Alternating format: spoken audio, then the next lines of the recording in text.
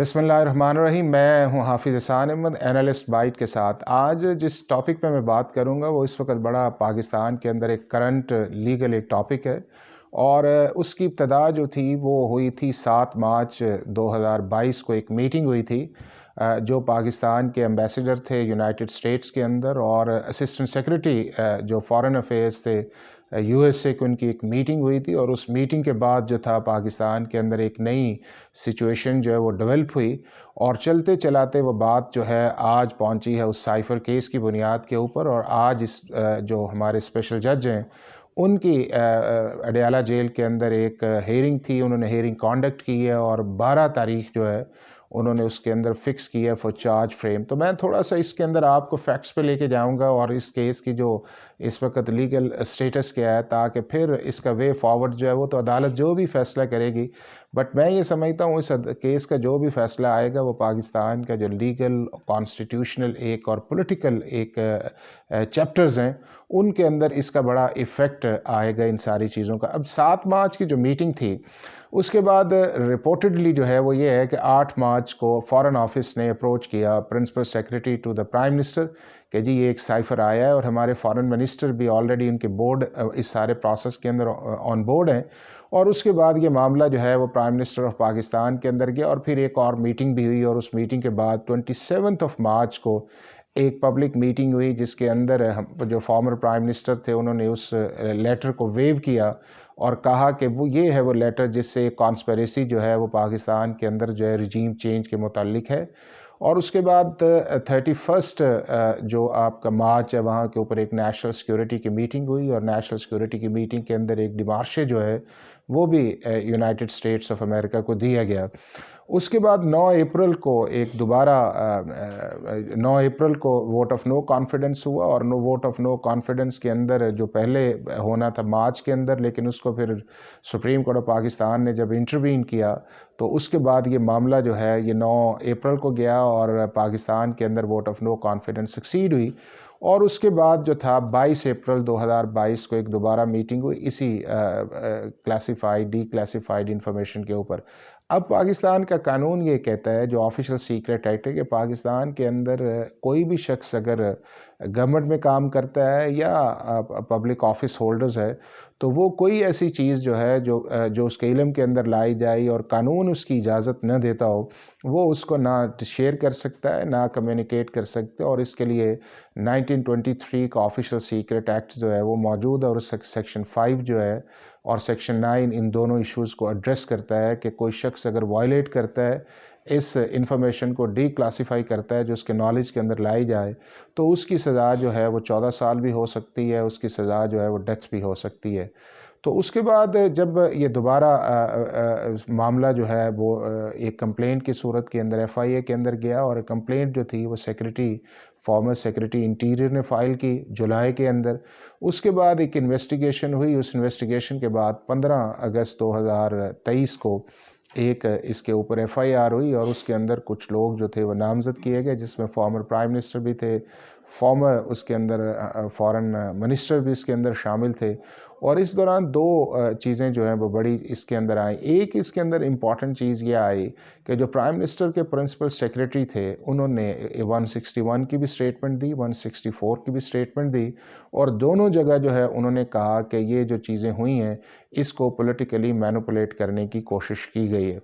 ये इसका एक एस्पेक्ट था। उसके बाद चलान जो है वो 30 सितंबर 2023 को अदालत के अंदर जमा हुआ, जो स्पेशल कोर्ट है ऑफिशियल सीक्रेट एक्ट के केसेस को डील करती है। और 23 अक्टूबर 2023 को इसके ऊपर फर्स्ट जो है वो इंडाइटमेंट आई जिसके अंदर प्रोसिक्यूशन के विटनेसेस जो 30 सितंबर को थे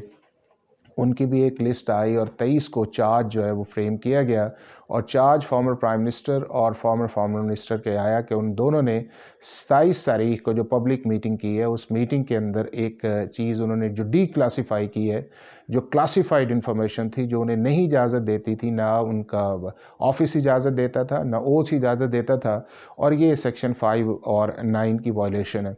उसके बाद ये मामला जो है जब स्पेशल जज ने टेकअप किया तो उसके बाद एक नो ऑब्जेक्शन सर्टिफिकेट जो था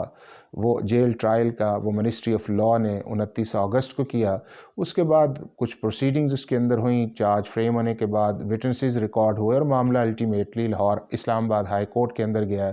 और इस्लामाबाद हाई कोर्ट में जब मामला गया तो फेडरल गवर्नमेंट ने 15 नवंबर 2023 को एक समरी जो है वो अप्रूव की, और उस अप्रूव करने के बाद उसको रिट्रोस्पेक्टिव इफेक्ट जो था वो दिया गया, जिसको जब 21 नवंबर 2023 को एक ऑर्डर आया इस्लामाबाद हाई कोर्ट के डिवीजन बेंच का, जो पहले चैलेंज किया गया था सिंगल जज साहब के पास, और उनके बाद जब मामला डिवीजनल बेंच के अंदर आया तो उन्होंने वो सारे नोटिफिकेशन जो 29 अगस्त से लेके 15 नवंबर थे उनको स्ट्राइक डाउन किया, और स्ट्राइक डाउन करके उन्होंने कहा कि चार्ज को उसी स्टेज पे या ट्रायल को उसी स्टेज पे लेके जाया जाए जिस वक्त इसको कॉपीज़ जो थी वो सबमिट की गई थी बिफोर टू द एक्यूज। उसके बाद दोबारा जो है ये मामला टेकअप हुआ है, और टेकअप होने के बाद एक्यूज़ की हाज़िरी लगाई है, और उसके अंदर जो दो चीज़ें इंपॉर्टेंट आई हैं कि दोबारा ये चीज़ें जो हैं वो अब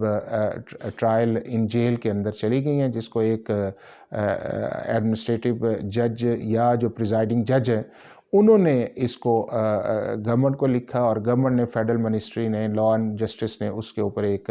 नोटिफिकेशन जो वो इशू कर दिया है। जो इस्लामाबाद हाई कोर्ट था उन्होंने दो चीज़ों के अंदर स्ट्राइक डाउन किया। एक उन्होंने कहा कि जो